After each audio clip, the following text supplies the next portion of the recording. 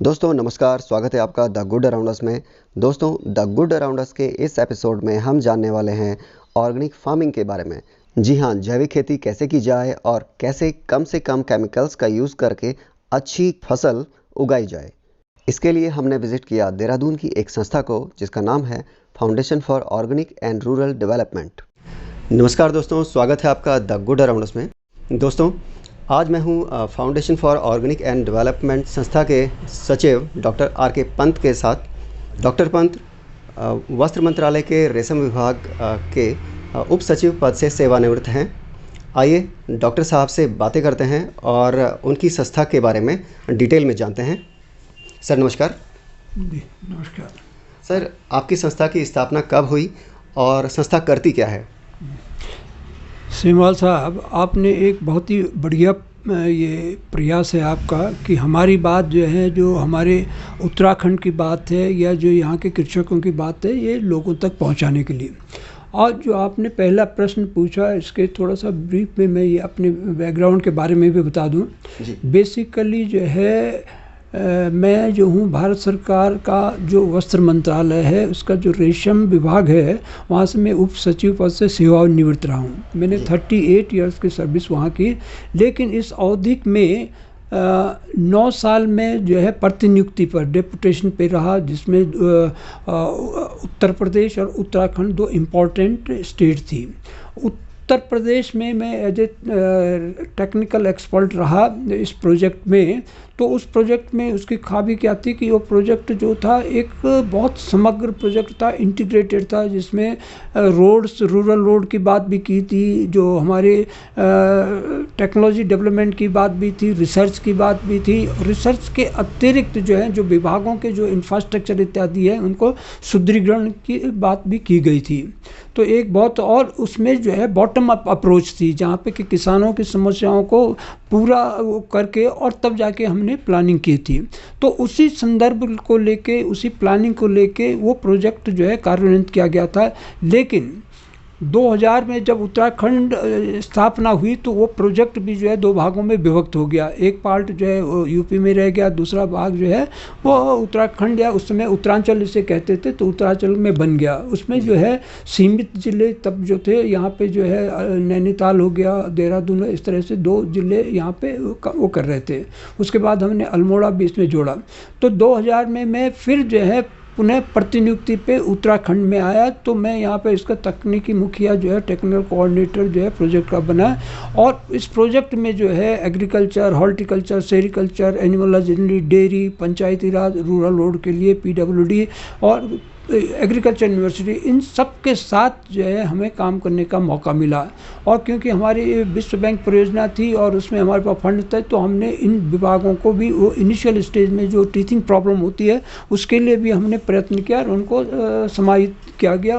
और यहाँ पे सबसे ज़्यादा हमने फोकस किया था कैपेसिटी बिल्डिंग पे, क्षमता विकास में। जो विभाग थे, विभाग के लोगों के थोड़ा सा जो है वो पहले से जो है उसमें थोड़ा सा हमने ये सोचा कि इनको थोड़ा सा किस तरह से रिजुविनेट किया जाए, जिस तरह से हम शब्दों का एप्रोप्रिएट शब्द तो नहीं है पर कैसे किया जाए। तो उसके लिए हमने इनको प्रशिक्षण में सबसे ज़्यादा तवज्जो दी, उनके प्रशिक्षण पे, और जिसके हमें फ्रूटफुल रिजल्ट्स बहुत मिले।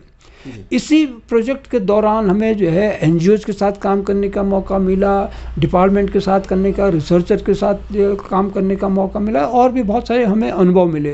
तो इसी अनुभव को देखते हुए उस समय एक बात थी जिसको कि मैंने भी जो है विज्ञान भवन में एक कॉन्फ्रेंस अटेंड की थी, इंटरनेशनल कॉन्फ्रेंस थी, वो जैविक खेती के ऊपर थी, जैविक से संबंधित थी। तो वहाँ से मैं प्रभावित होके तो इमीडिएटली मुझे लगा कि हमारे पहाड़ के लिए भी जो है एक इस तरह की संस्था की ज़रूरत है। तो उसी समय कंसीव करते हुए हमने ये जो हमारी संस्था है, जिसको हमने नाम दिया है foundation for organic and rural development, fold salt में कहते हैं, और इसका मुख्यालय हमने देहरादून में है। और मैं इस संस्था का सचिव हूँ। और सचिव रहते हुए जब तक मैं सर्विस में था तो हमारे और लोग इसको करते थे, पर जब 2013 में मैं रिटायर्ड हो गया, सेवानिवृत्त हो गया, उसके बाद में फुल टाइम जो है इसका सचिव पद से कार्यक्रम। हमारी जो संस्था है, हमारा मेन फोकस जो है कृषकों की क्षमता में वृद्धि करना है। बेसिकली अगर आप गौर करेंगे तो लोगों को जो जैविक खेती है उसके बारे में पूर्णतः उसकी जानकारी नहीं है। वो समझते हैं कि केवल क्या समझते हैं उसको कि मैंने अगर जो है रासायनिक खाद नहीं डाली तो मेरा उत्पाद जो है जैविक हो गया। लेकिन इतना ही नहीं है, इसमें बहुत सारी ऐसी चीज़ें हैं जिनको समझने की बहुत आवश्यकता है। सपोज कीजिए कि अगर मैंने मेरा खेत है, मैंने उसमें जैविक खाद रासायनिक केमिकल नहीं डाले, लेकिन मेरा जो पड़ोसी है वो भी खेती कर रहा है और उसने जो है रासायनिक खाद डाल दी, रासायनिक दिया और इरिगेशन कर दिया, तो उसमें क्या होगा, वो सारे उसके न्यूट्रिएंट सीपेज करते हुए जो है पर्कुलेट होते हुए हमारे खेत तक भी पहुंच जाएंगे, क्योंकि ज्योग्राफिकल बाउंड्री तो है नहीं, केवल हमने उसको डिवाइड किया है उसमें। तो जब हम यहाँ उसमें आ जाएंगे तो हमारा भी जो है वो जो उसके केमिकल रेजिड्यू हैं इसमें आए। मैंने तो रासायनिक खाद कुछ भी नहीं डाली या रासायनिक और कुछ नहीं डाले, लेकिन उसने डाला। तो इन चीज़ों को समझने की ज़रूरत है कि कैसे इन चीज़ों को एड्रेस किया जाए। या मैंने केमिकल नहीं डाला है, अगर मैं अपने उत्पाद को कहीं दूर देश को भेजता हूँ या दूसरे शहर को भेजता हूँ, तो वो उसको किस तरह से उसको जैविक समझेगा, तो उसकी एक प्रक्रिया है, उसको पूरी तरह से समझने की ज़रूरत है। जी।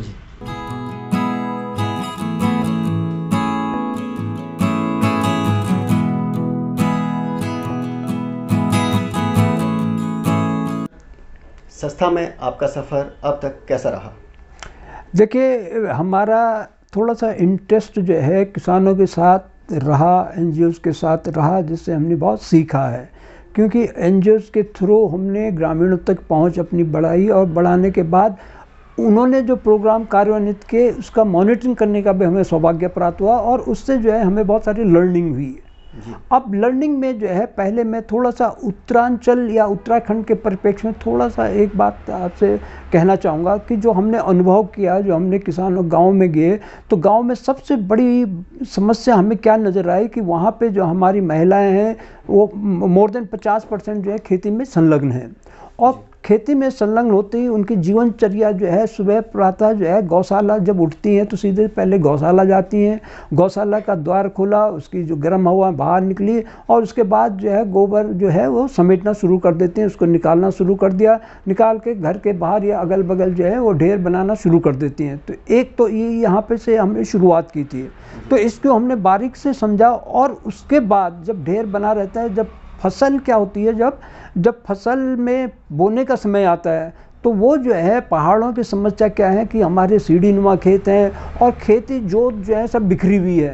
तो वहाँ पे जो है वो गोबर का अवयव लेते हुए अपनी पीठ में या जो है सर में जो है वो लेते हुए वो पहाड़ी जो है 500 मीटर हो गया, 1 किलोमीटर हो गया, इतनी दूर लेके जो है खेतों में डाल के चली आती हैं और एक के बाद इतने वो उसको बिखराती हैं कि उसे ये लगता है कि इस बार तो मेरा उत्पादन जो है बहुत अच्छा होगा।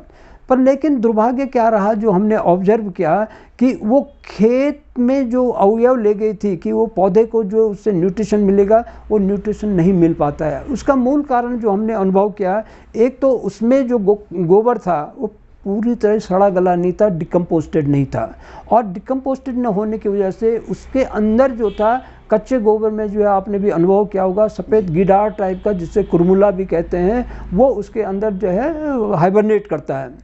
और हाइबरनेट करते हुए क्या है कि उसको लेके जब खेत में जाते हैं तो वो फिर जो मिट्टी में चला जाता है और जैसे जैसे फसल बड़ी होती है फसल को नुकसान पहुंचाता है। एक बात। दूसरी बात क्या, हमारे पहाड़ों के परिप्रेक्ष्य में क्या है कि पहाड़ में ज़्यादातर जो हमारे जानवर हैं, जो दुधेरू जानवर इत्यादि हैं, उनको जंगल में छोड़ दिया जाता है चरने के लिए।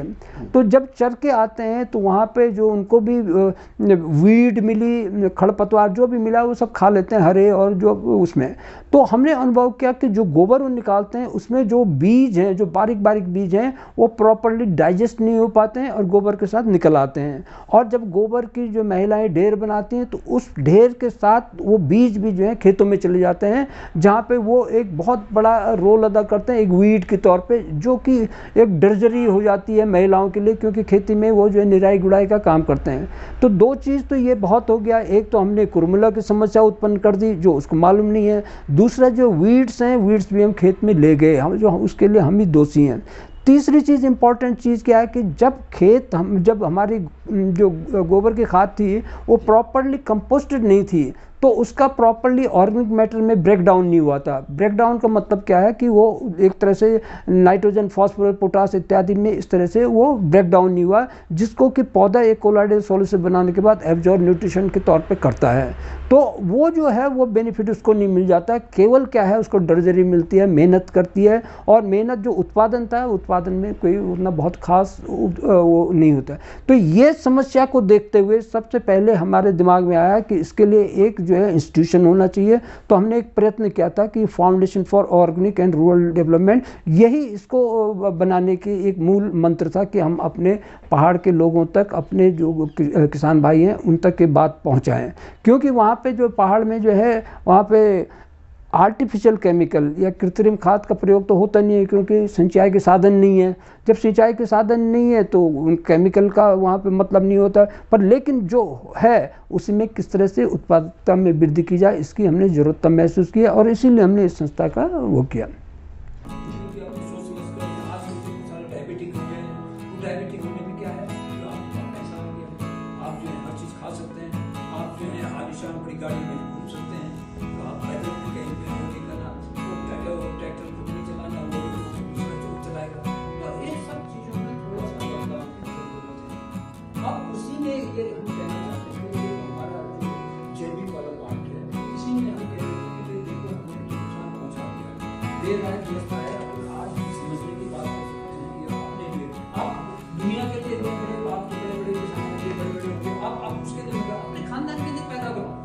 सर, जब आपने संस्था की स्थापना की होगी तो शुरुआत में आपको क्या क्या इश्यूज आए? ऐसा है, जब हम किसानों तक, क्योंकि बिना किसान को अवेयर के हुए, बिना उसको ज्ञान दिए हुए, बिना उसको मनोबल बढ़ाए हुए कोई भी काम संभव नहीं है। क्योंकि एक परंपरागत तरीके से वो खेती का काम कर रहे हैं और उसमें बदलाव लाना एक ओवरनाइट में संभव नहीं है। तो उसके लिए जो है कंटिन्यूसली उससे संपर्क बनाना, उसको प्रोत्साहन देना, और उसके समय पे जब हार्वेस्टिंग का टाइम आए, वो कुछ आए, तो साथ में अगर आप रहें तो उसका मनोबल बहुत बढ़ता है, और अच्छा भी है, उत्पादन बढ़ा या कम हुआ, दोनों चीज़ों को वो किया जा सकता है। तो यहाँ पे जो सबसे बड़ी समस्या आई थी, जो हमने फिर अनुभव किया करते हुए कि जो MSc एग्रीकल्चर के स्टूडेंट हैं या BSc एग्रीकल्चर के स्टूडेंट हैं, उनके लिए जो है एक हमने अनुभव किया कि जो ऑर्गेनिक खेती से रिलेटेड जो एस्पेक्ट हैं, तो वो एक जो है सिंपल एक चैप्टर के तौर पे है, और उनका जो है उतना ज़्यादा लर्निंग नहीं है। तो उसको लर्निंग को उसको देखते हुए हमने क्या है यहाँ पे कुछ कोर्सेज को रखा जो जैविक खेती से संबंधित हैं, सर्टिफिकेशन कोर्सेज इत्यादि को हमने भी इसमें इनबिल्ट किया कि लोग जिसको उसके बारे में जानकारी चाहिए, अंतर्राष्ट्रीय जो स्टैंडर्ड मानक हैं या नेशनल मानक है उसके हिसाब से जैविक खेती कैसे की जा सकती है ताकि उसको प्रीमियम प्राइस पे मिले, उत्पादकता में वृद्धि हुए। क्योंकि जैविक खेती के 3 मूल मंत्र हैं। 3 मंत्र पे एक तो हमारा मेन है, जैविक खेती में जो मूल मंत्र है वो है सॉइल हेल्थ। तो सॉइल हेल्थ बहुत इंपॉर्टेंट एस्पेक्ट है जैविक खेती के लिए। और सॉइल हेल्थ को किस तरह से तैयार किया जाता है, वो जो प्राकृतिक तौर पे है, कंपोस्ट के द्वारा हो गया, जो उसके लिए है, जो वहाँ पे वेजिटेशन है उसको ग्रो करते हुए इस तरह से जो है उसको तैयार करते हैं। और कुछ जो है ऑर्गेनिक इनपुट भी देना पड़ता है। अभी हुआ क्या है कि अगर आप ध्यान रखें, अगर 1965 की तरफ आप देखें तो 1965 में दशक में क्या हुआ था, उस समय लाल बहादुर शास्त्री हमारे जो है देश के प्रधानमंत्री थे। तो लाल बहादुर शास्त्री जब थे तो उस समय देश की आबादी ऐसी थी, उनको खाने को अन्न नहीं था। तो उस अन्न पूर्ति के लिए, फूड ग्रेन्स के लिए हमें जो है कनाडा की तरफ, अमेरिका तरफ और पाम ऑयल इत्यादि के लिए कि साउथ एशियन कंट्रीज़ हैं, फिलीपींस, थाईलैंड, इन तरफ देखना पड़ता था स्किम्ड मिल के लिए। तो ये बहुत बड़ी थी। तो हमारे देशभक्त जो प्रधानमंत्री थे लाल बहादुर शास्त्री, जिन्होंने जय जवान जय किसान का नारा दिया, तो उन्होंने हमारे देशवासियों से एक अपील की थी कि एक टाइम जो है क्या करें, अब उपवास रखें। तो हमारे देशवासियों ने उसको बहुत अच्छी तरह से उपवास रखा। एक टाइम पे जितने भी होटल थे वो बंद हो गए, और जो वो लोगों ने जो है खुद भी ऑब्जर्व करना शुरू कर दिया। तो उससे क्या हुआ कि हमें अन्न की थोड़ी सी हमें उसकी वृद्धि हुई, हमें संरक्षित हुआ। तो उसी को देखते हुए उसी टाइम वो दौर था जब हमारे जो एग्रीकल्चर साइंटिस्ट थे MS स्वामीनाथन साहब, उन्होंने एक स्टेप लिया था और उनको भी एक चैलेंज मिला था, तो किस तरह से जो है हमारी उसको तैयार किया जाए। अब तैयार करने के लिए अन्न का भंडारण या अन्न को कैसे जो है तेज करें, उसके लिए जो आपने सुना होगा हरित क्रांति का जो वहाँ पे शुभारंभ हुआ, तो उस हरित क्रांति के दौर में हुआ क्या है कि जो गेहूं धान की उन्नत किस्में थी, हाइब्रिड वेराइटीज़ थी, उनका यूज किया गया। और उसमें साथ में जो है करने के साथ जो आर्टिफिशियल केमिकल हैं, जो फर्टिलाइज़र हैं, उनका बेहतर यूज किया गया, पानी का यूज किया गया, मशीनरी का यूज किया गया। तो इन सब के यूज के उपरांत जो है हमारा जो है कृषि उत्पादन काफ़ी बढ़ा, और बढ़ने के बाद जो है आज के दिन में उसमें क्या है, यहाँ इतना ही नहीं सरप्लस भी है। अगर आप देखें कि आज मोदी जी का वो देखिए कितने करोड़ लोगों को कहते हैं कि अगले 5 साल तक मैं फ्री में अन्न दूंगा, तो वो क्या है, उसी की बदौलत है, वो जो हरित क्रांति थी उसी की बदौलत है। और उसके लिए हम जो है नमन करते हैं एम.एस. स्वामीनाथन साहब को कि जिन्होंने इतनी बड़ी क्रांति हमको दी। लेकिन अब ये तो क्रांति हो गई, खाना हमें मिल गया, लेकिन उसके कुछ दुष्प्रभाव भी होते चले गए। दुष्प्रभाव में अगर आप ये लेके चलें कि उसके वजह से क्या हो गया, एक तो हमारी सॉइल हेल्थ ख़त्म हो गई। सॉइल हेल्थ ख़त्म होने का मतलब क्या हो गया, जो सॉइल कृत्रिम जो आप वो डालते हैं, केमिकल डाल रहे हैं, उसकी वजह से क्या हो गया कि सॉइल में जो अर्थवॉर्म थे, जो लिविंग हमें लाभ पहुंचाने वाले जीवाणु थे, या जो वेजिटेशन थी, वो सब खत्म हो गई। अब ख़त्म होने के बाद क्या हो गया, सॉइल कंपैक्ट हो गई। कंपैक्ट होने के बाद क्या है, अगर एक पौधा है, हर चीज़ की एक ऑप्टिमम रिक्वायरमेंट होती है। ऑप्टिमम से मतलब मेरा क्या है, दूध, जैसे अगर मैं एक उदाहरण के तौर पे कहूँ कि दूध, milk is good for health, तो सभी को लगता है कि है। अगर मैं आपको सुबह से शाम तक दूध ही पिलाऊंगा तो क्या होगा, तो उसमें जो है आप जो है वॉशरूम में ही पड़े रहेंगे, तो गुड की जगह वो बैड हो जाएगा। तो उसी तरह किसान को ये लगता है कि मैं जितना ज़्यादा आर्टिफिशियल केमिकल, जितना फर्टिलाइजर, जितने कट्टे बैग में डालूंगा, उतना मेरा प्रोडक्शन बढ़ेगा। बट ऐसा नहीं है। अगर एक उसमें प्लांट की रिक्वायरमेंट 5 mg उसकी है, न्यूट्रिएंट की है, अगर हम उसको 50 दे रहे हैं तो वो 5 ही ले पाएगा, तो 45 mg जो है बेकार हो गया। तो जब हम रासायनिक खाद डालते हैं, उसके बाद उसमें हमने इरिगेशन दिया, तो इरिगेशन देने पे क्या हो गया, वो 45 mg जो है परकुलेट होके कहाँ चला गया, अंडरग्राउंड वाटर टेबल में। तो अंडरग्राउंड वाटर टेबल में क्या गया, जितने भी हमारे ये फर्टिलाइजर्स हैं, वो उनमें क्या है, नाइट्रेट्स है। अब वो नाइट्रेट्स कहाँ चले गए, पानी की वाटर टेबल में। तो वो वाटर टेबल को भी क्या कर दिया, उसने पॉल्यूट कर दिया। उसी तरह से जब फ्रूटिंग का टाइम या जब फसल का टाइम आता है, तो इंसेक्ट पेस्ट का अटैक भी होता है। तो उसके लिए हम क्या करते हैं, इंसेक्टिसाइड पेस्टिसाइड डालते हैं। तो इंसेक्टिसाइड पेस्टिसाइड डालने पे क्या हो गया, पेस्टिसाइड आप फोलियर स्प्रे कर रहे हैं, तो एक तो पॉल्यूशन हो गया, आपका इन्वायरमेंट को पॉल्यूट कर दिया। दूसरा जो है, जिस चीज़ के ऊपर, सपोज कीजिए आपने टमाटर के ऊपर डाला, तो टमाटर में भी क्या है, उसके रेजिड्यू चले गए, जो इंसेक्टिसाइड पेस्टिसाइड के, कुछ आपकी ज़मीन में चले गए। फिर ज़मीन में जब पानी लगा तो वो रेजिड्यूज कहाँ चले गए, पूरे अंडरग्राउंड वाटर टेबल में चले गए। तो वहाँ नाइट्रेट भी हो गए, ये भी इंसेक्टिसाइड पहुँच।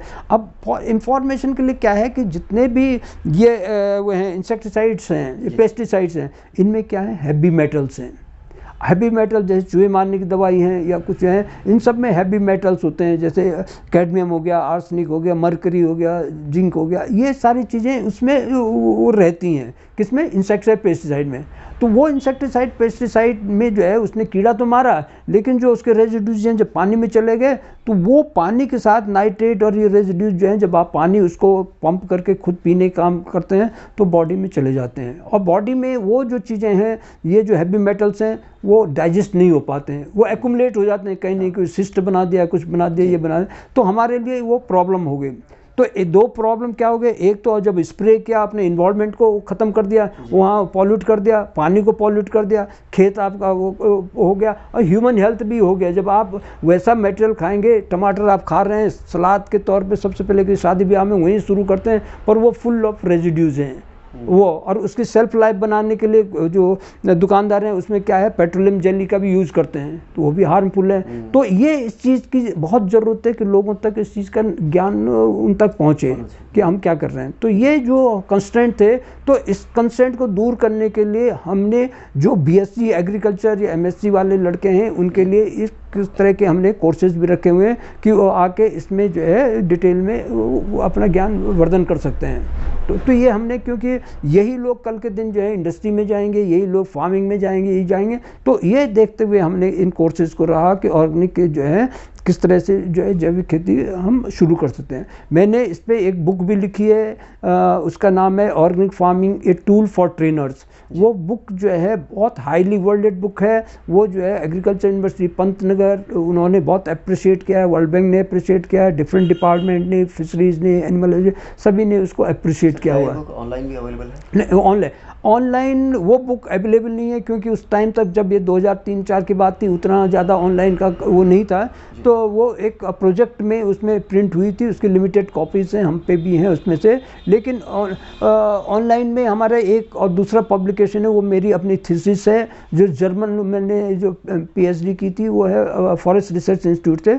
तो वो थीसिस भी जो है इंडस्ट्रियल यूज़ की है कि उसमें फोलिएज इम्प्रूवमेंट कैसे किया जा सकता है। उसमें मलबरी को लेके हम चले थे फोलिएज इम्प्रूवमेंट के लिए। तो वो जो है बुक जो इंडस्ट्रियल यूज़ के देखते हुए जर्मन पब्लिशर लैप लम्पार्ड ने उसको ऑनलाइन पब्लिश किया हुआ है, और वो प्राइस्ड पब्लिकेशन है, शायद आज के दिन में $89 कितनी उसकी कॉस्ट है। सर, संस्था में कितने वॉलंटियर्स हैं और वह कहाँ कार्यरत है?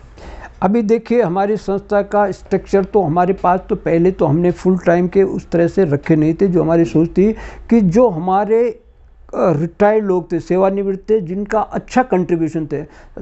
एक उदाहरण स्वरूप जो है डॉक्टर बीपी नौटियाल हैं, जो कि डायरेक्टर हॉर्टिकल्चर उत्तराखंड के रहे हैं, डीन भरसार हॉर्टिकल्चर कॉलेज के रहे हैं, नाबार्ड में भी डीजीएम रहे हैं। तो उन्होंने डिफरेंट सेक्टर में काम किया है। वो हमारे संस्था के अध्यक्ष हैं, मैं इसका सचिव हूँ।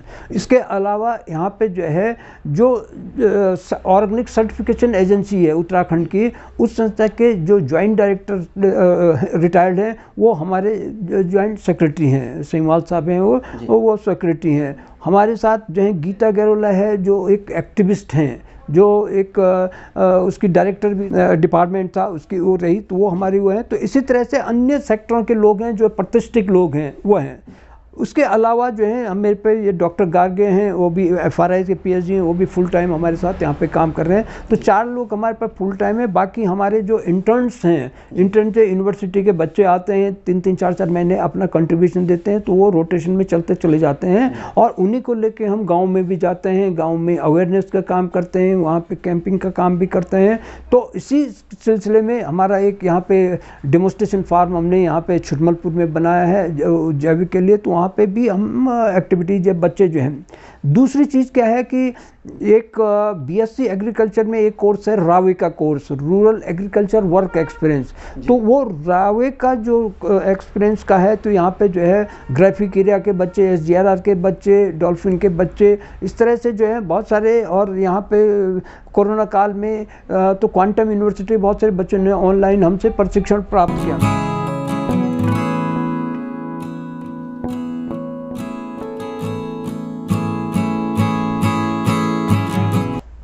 सर, स्टूडेंट्स को आप प्रशिक्षण देते हैं, और ये प्रशिक्षण कितने महीने का होता है, और क्या आप सर्टिफिकेट भी प्रोवाइड करते हैं? ऐसा है कि सर्टिफिकेट तो हर इंस्टीट्यूशन, हर उसकी रिक्वायरमेंट होती है। अभी सर्टिफिकेट का एक मैं अभी आपको एग्जांपल भी दिखाऊंगा। तो जितने भी बच्चे आते हैं, क्योंकि जो एकेडमिक उसके इंटरेस्ट के रावे कोर्स वाले हैं, तो रावे कोर्स को कंप्लीट करने के बाद जो है उनको वापस जो है वो सर्टिफिकेट अपने कॉलेज में जमा करना होता है। तो यहाँ पे सर्टिफिकेट वो है। और सर्टिफिकेट में क्या है कि कॉलेज वालों ने हमें रिकॉग्नाइज किया है कि ये संस्था है जो कि एक जो है एक क्वालिटी प्रशिक्षण देने में सक्षम है। तो इस तरह से हमारे पास जो है अब क्वांटम यूनिवर्सिटी में भी 35 बच्चे थे जो कि ऑनलाइन जिन्होंने यहाँ से वो किया था, कुछ लोग प्रशिक्षण लिया था, कुछ बिहार के भी थे, कुछ डिफरेंट प्रांतों के थे। इसके अलावा अभी एक इम्पॉर्टेंट चीज़ क्या है कि यहाँ पे IMM काशीपुर में है। तो IMM काशीपुर में जो है MBA के स्टूडेंट है, उनका एक सेमिस्टर होता है एक्सपीरियंशियल लर्निंग का। तो एक्सपीरियंशियल लर्निंग में वहाँ पे जो है हमारे साथ उनका टाइप है। तो एक्सपीरियंस पे वहाँ पे 3 बैच जो है MBA के स्टूडेंट जो है उनको हमने यहाँ पे प्रशिक्षण दिया है अपने जहाँ पे गांव में जो फील्ड के हुए हैं। तो मेन फोकस हमारा उनके साथ जो रहा वो है rural entrepreneurship for organic inputs के लिए। तो ऑर्गेनिक इनपुट्स का अभाव है, लोगों को उसके बारे में जानकारी नहीं है, जबकि वो लो कॉस्ट है, खुद भी गांव में बनाया जा सकता है, सब कुछ है, पर जागृति नहीं है, लोगों को जानकारी नहीं है। तो हमने जो है इसी चीज़ के बारे में उन तक बात अपनी पहुंचाई है कि वो जो है किस तरह से उनकी प्रॉब्लम को लेके आए कि रूरल एंटरप्रेन्योरशिप को डेवलप करने में क्या दिक्कतें आ रही हैं, और दिक्कत आने के बाद उसका जो एक्शन प्लान जो है वो डेवलप करें कि कैसे उनको रिजॉल्व किया जा सकता है। तो ये हमारा प्रशिक्षण में। अभी प्रशिक्षण में जो आपने मुझसे कहा कि अभी पंजाब के जो विभाग के लोग थे जी, ये पंजाब के एग्रीकल्चर डिपार्टमेंट के आत्मा के जो हैं वो यहाँ पे प्रशिक्षण लेके आए, और प्रशिक्षण लेने के बाद जो है ये आपका उसका वो जो है ये हमारा सर्टिफिकेट भी है, ये उनका वो है। तो ये एग्रीकल्चर डायरेक्टर हैं उनके आत्मा वाले जो हैं। तो इस तरह से और भी लोग उनके आए थे, और यहाँ पे प्रशिक्षण लोग के एक एग्जाम्पल के तो इसी तरह के सर्टिफिकेट हम उनको भी देते हैं बच्चों को, और बच्चों को कॉलेज में अपना उसको जमा करते हैं।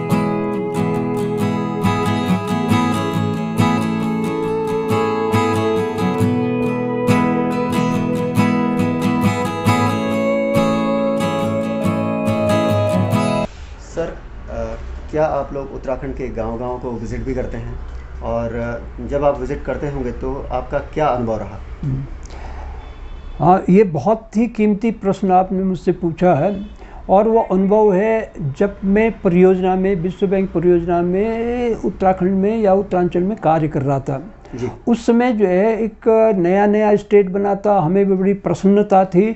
और एक जो है हमारे जब हमने कॉरेस्पॉन्डेंट किया तो जापान गवर्नमेंट से हमें एक ऑर्डर मिला था 8,000 मीट्रिक टन मंडुआ का, रागी जिसको कहते हैं, मंडुआ रागी का। तो उस मंडुआ में क्या था कि उनको चाहिए था बेबी फूड के लिए। हम बहुत प्रसन्न हुए कि बेबी फूड के लिए जो है ये जो है हम मंडुआ हम बहुत सारा इसमें मोबिलाइज करके उनको दे सकते हैं।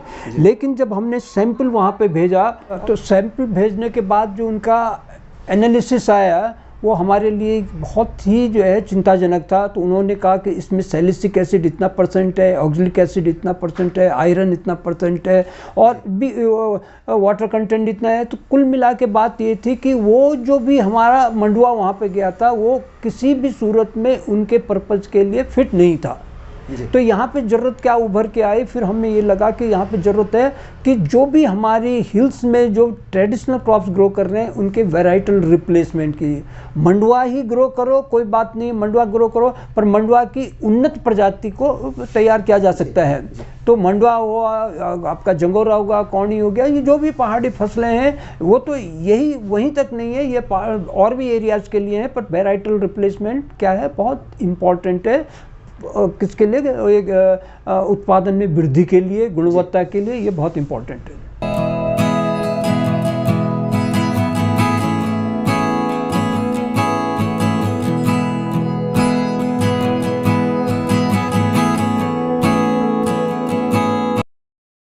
अभी तक का आपका मोस्ट सक्सेसफुल कैंपेन कौन सा रहा? मेरे जीवन का या मेरे कार्यकाल का एक बहुत ही महत्वपूर्ण क्षण तब था जब मैं अपने कार्य ऑफिस से घर को आ रहा था। तो तभी एक फ़ोन मुझे आया, मैं ड्राइविंग कर रहा था तो फ़ोन आया, तो बोला मैं फिक्की की अध्यक्ष बोल रही हूँ दिल्ली से। बोला डॉक्टर पंत आपसे जो है सार्क चैम्बर, वुमेन चैम्बर की जो है अध्यक्ष आपसे बात करना चाहेंगी। और उसके बाद मैंने गाड़ी खड़ी की और बोला, मैंने कहा माफ़ कीजिए 5 मिनट बाद मैं आपसे बात करूँ। तो 5 मिनट बाद जब उन्होंने मुझसे कहा कि डॉक्टर पंत मैं जो हूँ SAARC women chamber of SAARC entrepreneurs की अध्यक्ष बोल रही हूँ, तो मुझे गौरवान्वित हुआ। उन्होंने कहा मुझे आपके बारे में, आपके ऑर्गेनिक के फील्ड में आपने काफ़ी काम किया है, उसके बारे में जानकारी मिली। तो मैं चाहता हूँ कि जो है आप हमें भी थोड़ा अपने लाभ, अपने जो आपके अनुभव हैं उनसे हमें लाभ दें। तो उन्होंने कहा कि 8 मार्च को जो है काठमांडू में वुमेन इंटरनेशनल डे का आयोजन होता ही है, और वहाँ पे जो है ऑर्गेनिक हमारा जो है बेसिक थीम होगा, जहाँ पे जो सार्क कंट्रीज़ की महिलाएं इत्यादि सब उपस्थित होंगी। आप 3 दिन हमें दे दीजिए वहाँ पे, और 1 दिन जो है आपका आधा दिन का हम चाहते हैं कि प्रेजेंटेशन हो। तो उन्होंने जो है टिकट इत्यादि व्यवस्था करके वहाँ पे रहने वहने की व्यवस्था की। तो जब हम उसका उद्घाटन हुआ, उद्घाटन के बाद हमने अपना सेशन शुरू किया। तो ये सेशन ये हो गया, आधा दिन उन्होंने हमसे रिक्वेस्ट की थी, तो लास्ट में आधा दिन की जगह जो है वो पूरे दिन का हमारा सेशन हो गया। और उन्होंने उनके जो एक्सपर्ट थे उनसे अनुरोध किया कि पहले हम जो है इन अनुभवों को शेयर कर लेते हैं, उसके बाद जो है आपसे हम फिर दोबारा जो है बात कर लेंगे। वो हमारे लिए गौरवान्वित करने वाला क्षण था और उसके बहुत हम अपने को बहुत अनुग्रहित महसूस कर रहे हैं। तो वो मेरे जीवन का एक बहुत बड़ा क्षण था। उसमें इसके अतिरिक्त बहुत सारे विश्वविद्यालयों में भी गए हम, पर वो क्षण जो है बहुत ही गौरवशाली था। सर, संस्था में एज अ सेक्रेटरी आपका डेली शेड्यूल क्या होता है? देखिए, मैं तो एकेडमिक्स का और अपने जो सर्विस लाइफ में भी रहा, मतलब एक सिपाही की तरह रहा मैं। तो आज तक भी हमने सरकारी नौकरी मान के नहीं चला, इसीलिए मैं आज एनजीओ सेक्टर में भी हूँ और इस सेक्टर में भी हूँ। तो सुबह जो है, चाहे संडे हो मंडे हो, जो भी है हमारा जो है, हम सुबह जो है 9 बजे जो है अपने इसमें बैठ जाते हैं। फील्ड में जाना होगा तो फील्ड को पहले प्लानिंग करके चले जाते हैं। और अभी जो है उसका कोई एंड नहीं है, अभी जो कोई प्रोजेक्ट बनाने कोई इत्यादि जो है इसमें हम लगे रहते हैं। तो हमारा ऐसा नहीं है कि हमने ये कि रिटायर हो गए, अब 11 साल हो गए, आज भी जो है अब हमें लगता नहीं है कि हम रिटायर्ड हुए। हम लगता है कि मुझे ये काम करना है, तो मैं उसका लगता है कि अभी कंटिन्यू सर्विस ही में हूँ। जी सर, जैसे गांव में जैसे टूरिज्म है, तो टूरिज्म से आय में वृद्धि किस प्रकार हुई है? हाँ, आय में अभी एक तो होम स्टे का हमने भी कंसेप्ट दिया था, उसके बाद गवर्नमेंट ने भी दिया था, पर वो डीप रूटेड नहीं हो पाया, लोगों तक नहीं पहुंच पाया। पर लेकिन आज जो है होम स्टे का कंसेप्ट काफ़ी जो है गहराई से लोगों तक पहुंच पाया है, लोग उसका फ़ायदा भी उठा रहे हैं। तो यहाँ पे जो है जब तक आप जो हैं, एक जो देखो, एक हमने उसको भी स्टडी किया था, जो टूरिज्म डेवलपमेंट की गाइडलाइंस थी और हमने प्रोजेक्ट को लिखा था। तो उसने वहाँ पे उन्होंने होम स्टे को प्रमोट करने के लिए बहुत रिजिड जो है वो की थी कि उसके पास इतना एरिया होना चाहिए, इतने कमरे होने चाहिए, इतना उसमें वो होने एसेसरीज इत्यादि होनी चाहिए। तो जो हमें लगा कि ये नहीं, हमने केवल ये किया कि आप हाइजीन का प्रबंध कीजिए, उसको जो भी टूरिस्ट आए उसको लगे कि वो जो है साफ़ सुथरी उसकी वो हो, उसका लाइनिंग इत्यादि जो भी बेडिंग हो वो साफ़ सुथरा हो, बैठने के लिए उसे कोई लग्जरी नहीं चाहिए, उसको बैठने के लिए चाहिए एक सेफ और वो चाहिए। उसकी ज़रूरत क्या है, अगर वो पहाड़ चल के आया है तो थक के आया होगा, तो उसको थकान कैसे दूर करें, उसके लिए पहले जो है आपको उसकी वो रिक्वायरमेंट एड्रेस करनी है। उसका सामान नीचे छूटा है तो ये जो हॉस्पिटलिटी के एरियाज़ हैं, इन चीज़ों को अगर वो करेंगे तो दिल को छुएंगी ये चीज़ें। उसकी कोई भी चीज़ है, रिक्वायरमेंट है, एक सर दर्द हो गया दवाई की है, तो उसको अगर तुरंत एड्रेस कर लिया जाएगा तो आपका बिजनेस में जो है 1 नहीं 10 आएंगे उसके। बिल्कुल सर। सर, स्टूडेंट्स को जैसे इंटर्नशिप के लिए या फिर आपसे कोई परामर्श चाहिए तो वो किस तरीके से आपको कांटेक्ट कर सकते हैं? नहीं, हमारे पास वेबसाइट है संस्था की? हाँ, हमारी संस्था की वेबसाइट है। ये संस्था की वेबसाइट है www.foldindia FORD फोल्ड और उसी के साथ है foldindia.org जी।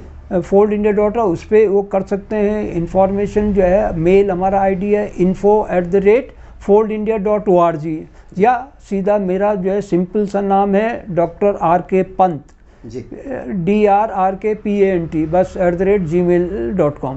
तो आप उस डायरेक्ट मुझसे वो कर सकते हैं, संस्था के उस पर कर सकते हैं। गूगल बाबा आपकी मदद कर लेगा पूरे उसमें, तो ऐसा कोई दिक्कत नहीं है। आप फ़ोन पे हम अवेलेबल हैं 9412075015 ये व्हाट्सअप नंबर भी है। और जब से उत्तराखंड में मोबाइल आया, ये हमारा पोस्ट पेड नंबर आज तक चल रहा है 9412075015। तो इस पर भी संपर्क किया जा सकता है। और हमारा तो एकेडमिक इंटरेस्ट है, हम तो सब चीज़ को वो करते हैं, कोई वो नहीं है। हमें तो यहाँ पे भी कुछ प्रयास ऐसे किए थे कि जो हमारे पहाड़ के बच्चे हैं वो अंग्रेजी ग्रामर इत्यादि को उनको फ्री सिखाने की हमने बैनर लगाए थे जगह जगह, पर कोई लड़का नहीं आया फ्री के चक्कर में। जब हमने उसमें प्राइस किए 4 महीने तक हमने उसको फ्री रखा। हमने कहा चलो बच्चों को कुछ वो करे, वो समझते हैं फ्री में इनको क्या है कि इनका क्या इंटरेस्ट है मालूम नहीं है। पर जब हमने बैनर हटाए उसके बाद जो हमने कहा भाई ये बैचेस शुरू हो रहे हैं, मिनिमम 1000 रुपये आपको देना है, तो उसके बाद जो है फिर भीड़ लगने लगी। तो ये बहुतों को जो है ये भी है, और हम चाह रहे थे क्योंकि हम एनजीओ सेक्टर थे, चैरिटी चाहते थे, फिर बात को हमने फील किया कि भाई पे फॉर सर्विसेज होना ही चाहिए।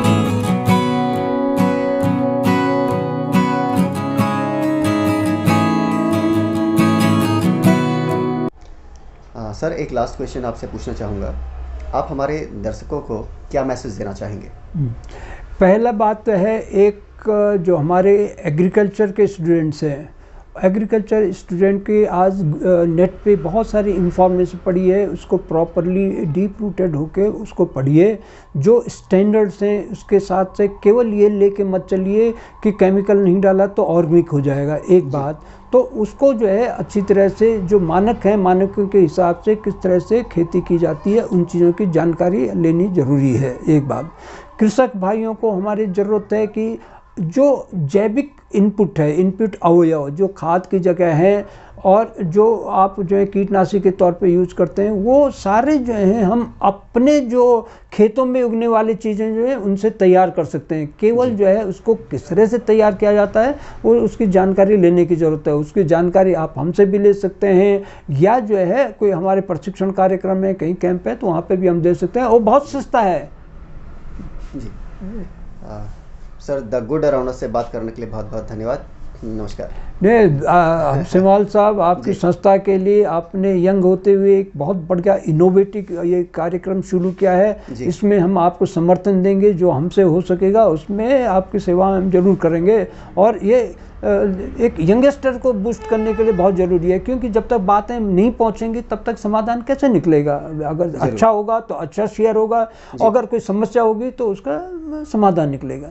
तो सेमवाल जी और आपकी टीम का बहुत बहुत धन्यवाद, और आपने हमें इस काबिल समझा, इसके लिए भी आपके हम आभारी हैं। धन्यवाद। धन्यवाद सर, नमस्कार।